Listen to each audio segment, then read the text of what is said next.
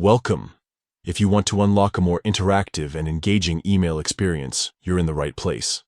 Today, I'll walk you through the updated steps to enable dynamic email in your Gmail app. Dynamic email lets you take action directly from your inbox, like filling out forms, responding to invitations, or even browsing catalogs without ever leaving your email. Ready to make your Gmail smarter? Let's get started. First, grab your phone and open the Gmail app. Once you're in, look for the 3 horizontal lines in the top left corner. This is the menu button. Give it a tap to open up the side menu. Next, scroll down and tap on Settings. Here, you'll see a list of all the email accounts you've added to your Gmail app. Tap on the email account where you want to enable dynamic email. Now, scroll down through the settings until you find the section labeled Images.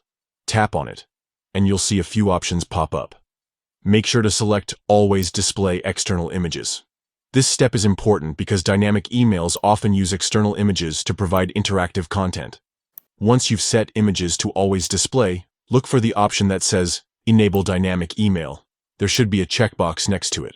Tap to check this box. That's it. Dynamic email is now enabled for your account. With dynamic email turned on, you'll start noticing emails that feel more like mini web apps. You might see interactive surveys, RSVP buttons, or even the ability to browse products right from your inbox. It's a small change that can make a big difference in how you manage your emails and get things done.